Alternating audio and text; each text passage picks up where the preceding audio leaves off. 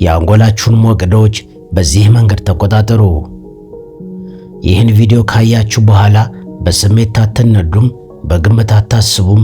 የአእምሮአችሁን አስደናቂ ኃይል በእርግጥም ጥቅም ላይ ታውሉታላችሁ። እመኑኝ፣ ይህ ጉዳይ ሰላም ያለው፣ የተረጋጋ፣ ስኬት የበዛበት፣ እርካታ ያለበት፣ በድፍረት የተሞላ፣ ፍርሃት ወይም ጭንቀት የሌለበት ሕይወት ለመኖር ቁልፉ ጉዳይ ነውና ችላ እንዳትሉት። የማይቻል የሚመስለውን እያንዳንዱን አምስቱንም የአንጎላችሁን ሞገዶች በሚገባ ትቆጣጠሩ ዘንድ ሪሞት ኮንትሮሉን አሳያችኋለሁ። የመጀመሪያውን ሞገድ ከማየታችን በፊት ግን ጉዳዩ ግልጽ ይሆንላችሁ ዘንድ ይህን ልበላችሁ። ብዙዎቻችን ዓለምን የምናየው በዓይናችን፣ የምንሰማው ደግሞ በጆሮአችን ይመስለናል። እውነታው ግን ዓለምን የምንለማመደው በአንጎላችን በሚመነጩ የኤሌክትሪክ ሞገዶች አማካኝነት ነው። አንጎላችን በሰከንድ ውስጥ በቢሊዮን የሚቆጠሩ የኤሌክትሪክ መልእክቶችን ያስተላልፋል።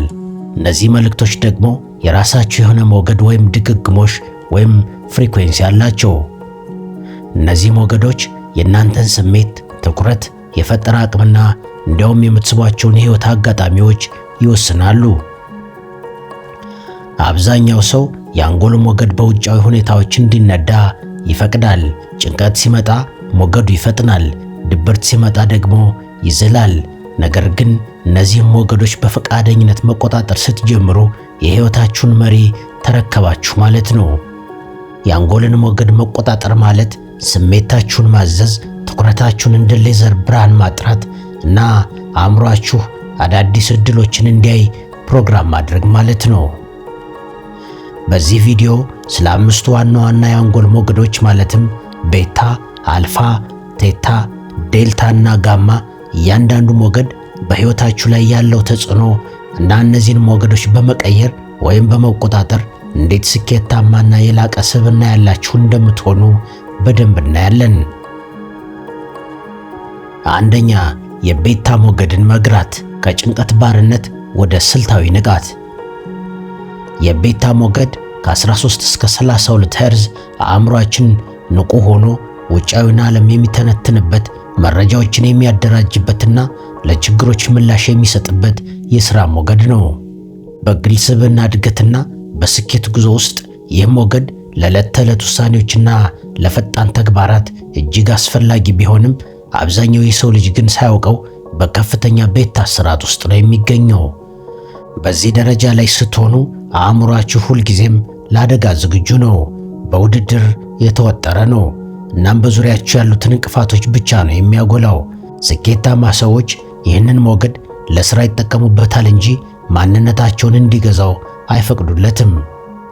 ምክንያቱም በዚህ የንዝረት ደረጃ ላይ ለረጅም ጊዜ መቆየት የፈጠራ አቅምን ያደክማል፣ ስብዕናንም በብስጭት ይሞላል። እንዲሁም ዓለም ጠላት ናት የሚል የተሳሳተ እይታን ይፈጥራል። ሕይወትን ለማሸነፍ የመጀመሪያው እርምጃ ይህንን የውጥረት ሞገድ በፈለጋችሁት ሰዓት ዝም የማሰኘት ስልጣን ማግኘት ነው።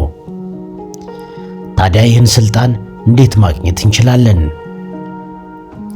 ይህንን የውጥረት ሞገድ በፈቃዳችሁ ለመግራትና ወደ ስልታዊ ንቃት ለመቀየር አእምሮአችሁን ከወደፊት ጭንቀትና ከትላንት ጸጸት ነቅላችሁ ወደ አሁኑ ቅጽበት ማምጣት አለባችሁ። ዘዴው 5 4 3 2 1 ይባላል።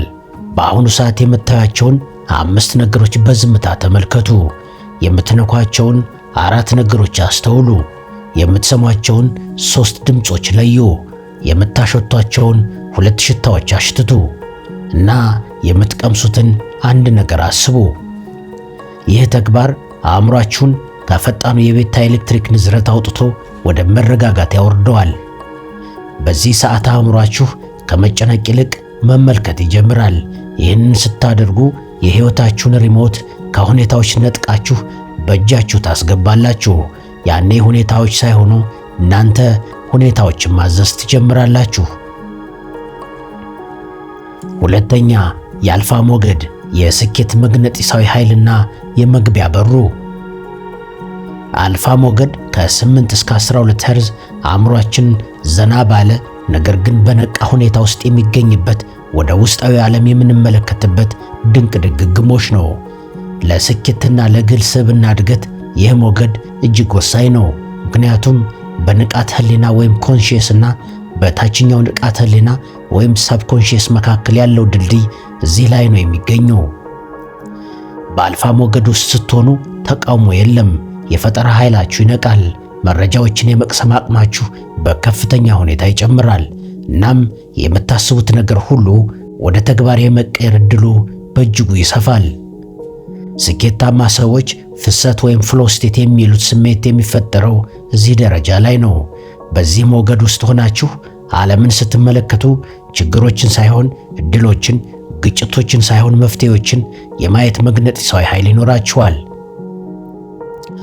ይህንን ሞገድ የማዘዣ ቴክኒክ የልብ አእምሮ ስምምነት ወይም ሀርት ብሬን ኮሄረንስ ይባላል። የአልፋ ሞገድን በፈቃዳችሁ ለመቀስቀስ አእምሯችሁን ከልባችሁ ምት ጋር ማጣጣም አለባችሁ።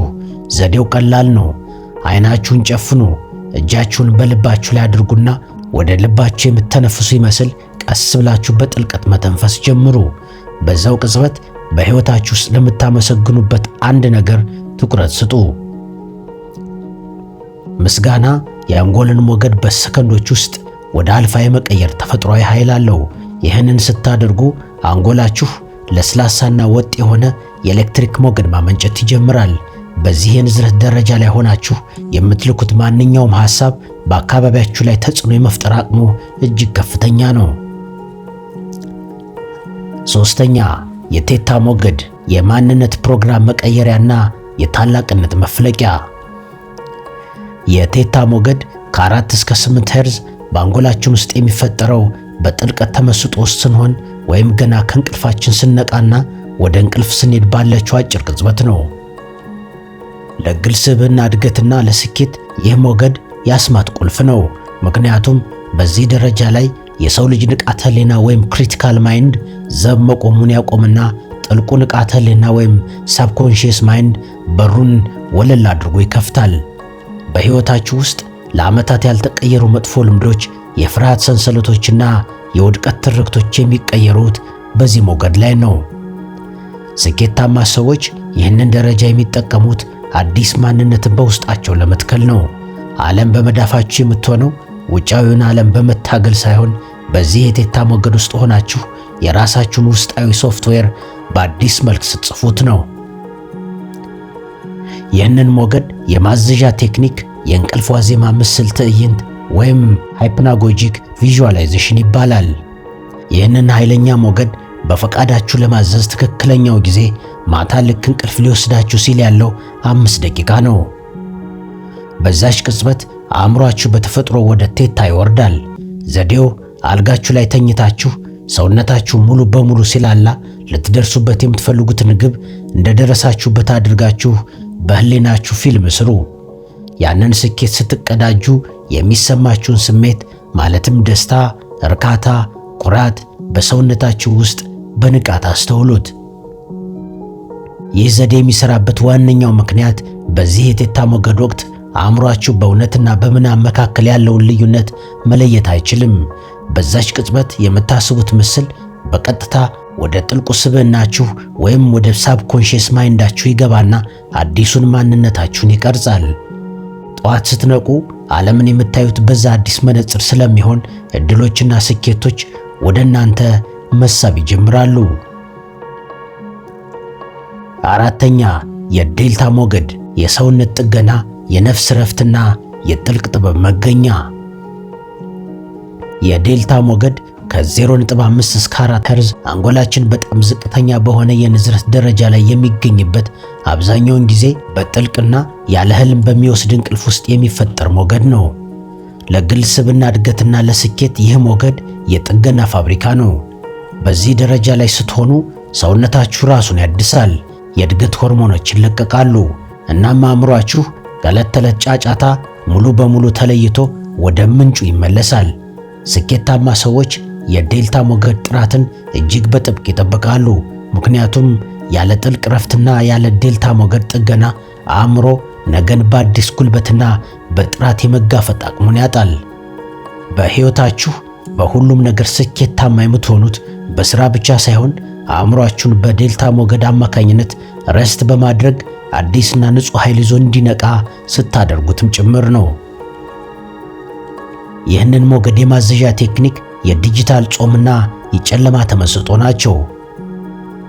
የዴልታ ሞገድ ጥራትን በፈቃዳችሁ ለማዘዝና ለስኬታችሁ የሚሆን ጥልቅ ኃይል ለማግኘት ወደ እንቅልፍ ከመሄዳችሁ በፊት ያለውን አካባቢ መቆጣጠር አለባችሁ። ከመተኛታችሁ ጥቂት ደቂቃዎች በፊት ማንኛውም ሰማያዊ ብርሃን የሚያመነጩ መሳሪያዎችን ለምሳሌ ስልክ፣ ቴሌቪዥን እና የመሳሰሉትን አጥፉ። ከዛም ሙሉ በሙሉ ጨለማ በሆነ ክፍል ውስጥ ለጥቂት ደቂቃዎች በዝምታ ተቀመጡ። ይህ ዘዴ የሚሰራበት ዋናው ምክንያት የብርሃንና የዲጂታል መነቃቂያዎች አንጎላችሁ በከፍተኛ ቤታ ሞገድ ላይ እንዲቆይ ያስገድዱታል። ይህ ደግሞ ወደ ዴልታ የመሸጋገሪያ ሂደቱን ያበላሸዋል። ስልካችሁን አርቃችሁ በጨለማ ውስጥ ራሳችሁን ማዳመጥ ስትጀምሩ አንጎላችሁ ሜላቶኒን የተባለውን ሆርሞን መልቀቅ ይጀምራል።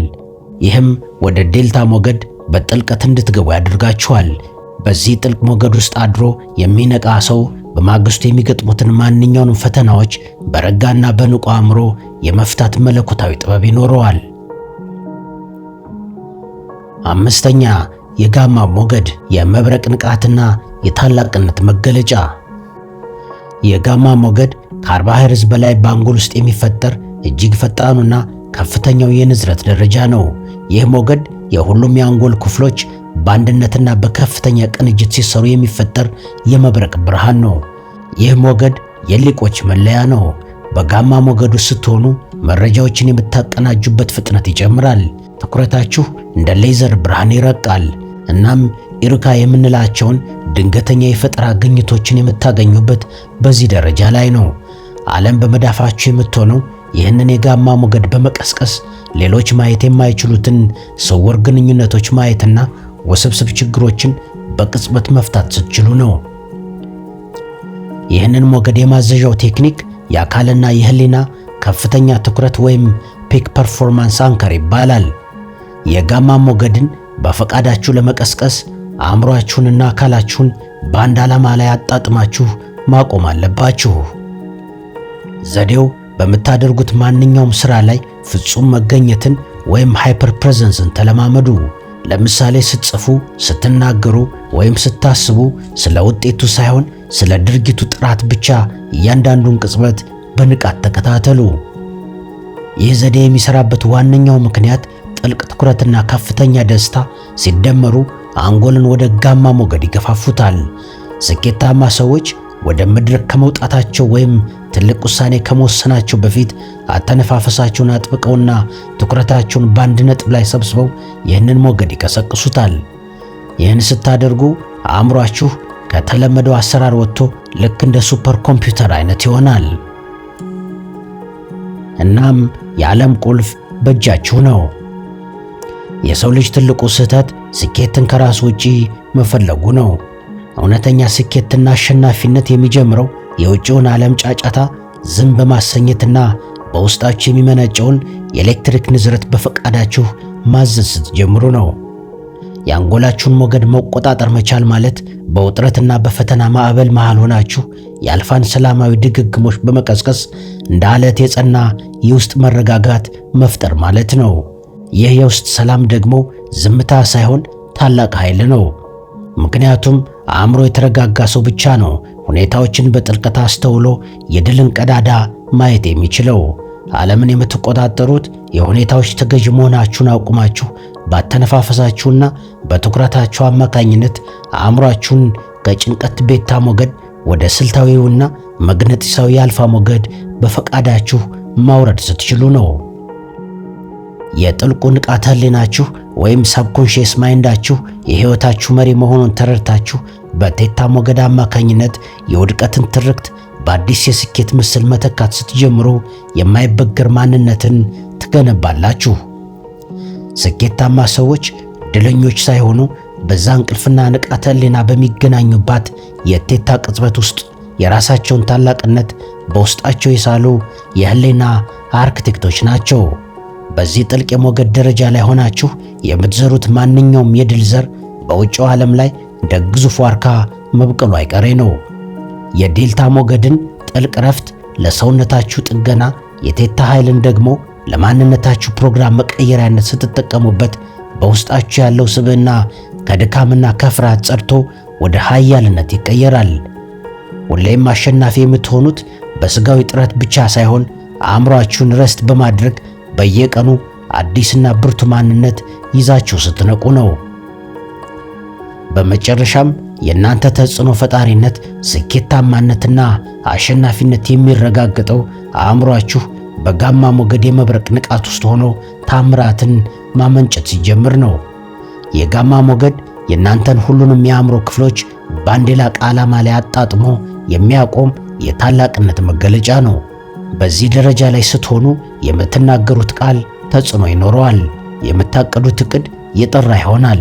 እናም በአካባቢያችሁ ላይ የምትፈጥሩት ንዝረት ሌሎችን የሚቀሰቅስ ኃይል ይኖረዋል።